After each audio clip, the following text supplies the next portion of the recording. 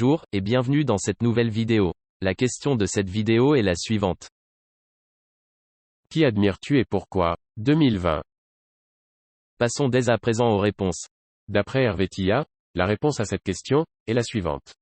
Alexander Prokorenko, cet homme de 25 ans, a appelé et demandé une frappe aérienne pour mettre fin à sa vie et à celle de soldats de l'État islamique. En 2016, il avait pour mission de guider les bombardements russes sur les cibles de l'État islamique pendant que les forces de Bachar el-Assad gagnaient du terrain sur Palmyre, aussi appelé Tadmour. Prokorenko, ils sont à l'extérieur, s'il vous plaît, ne perdez plus de temps pour lancer la frappe.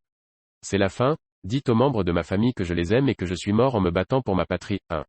Commandant, négatif, regagnez la ligne verte. Prokorenko, impossible commandant, je suis encerclé, ils sont à l'extérieur, je ne veux pas qu'ils me prennent et me paradent, conduisez l'attaque aérienne, ils se moqueront de moi et de cet uniforme.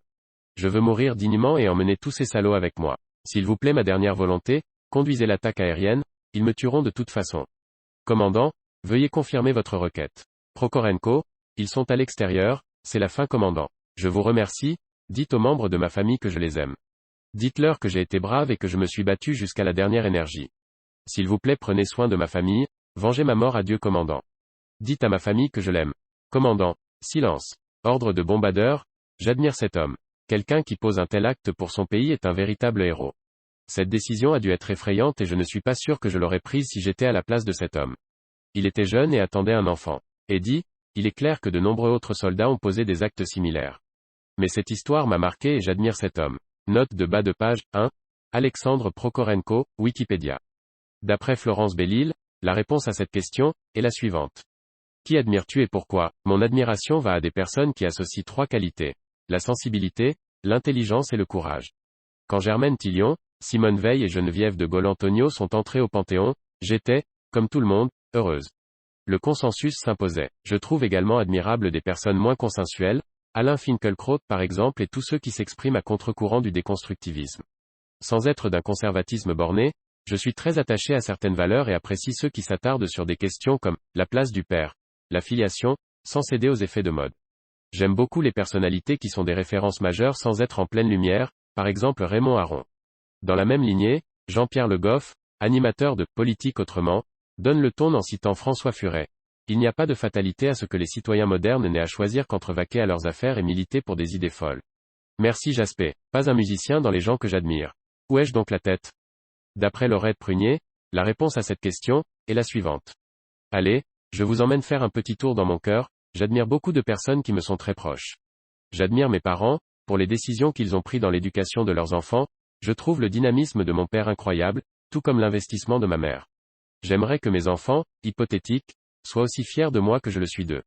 J'admire ma grand-mère, pour sa volonté de réunir la famille.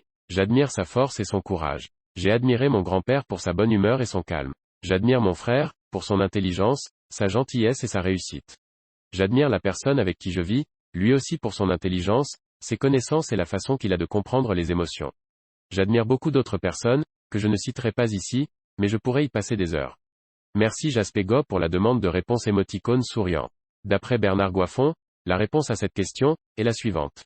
J'ai beaucoup admiré Roland Barthes du temps de son vivant. Je l'ai découvert à l'université. Par la suite, j'ai été conquis par sa voix, cette voix assez monocorde mais aux intonations assez subtiles pour le comparer à un phrasé musical non pas par sa tonalité, mais par le mouvement ondulatoire du timbre. J'ai admiré la relation de Barthes avec ses étudiants, sa place de parole jamais envahissante, toujours accueillante, et bien sûr, j'étais et suis encore maintenant en admiration devant ses textes et productions linguistiques concernant la sémiologie. Mon admiration est surtout littéraire. Elle me conduit présentement vers l'écrivain Christian Bobin. Sa prose poétique enchante ma lecture parce qu'elle ne se donne pas directement au sens attendu ou espéré.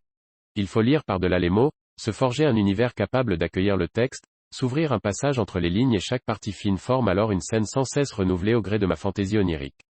J'admire chez cet écrivain cette capacité à me faire défier les mots jusqu'à l'absolu et leur résonance même au plus profond de l'être. On arrive à la fin de cette vidéo, si elle vous a plu je vous invite à mettre un pouce bleu, ainsi que vous abonner. Si vous souhaitez donner votre avis, je vous redirige vers la partie commentaires pour continuer le débat sur cette question.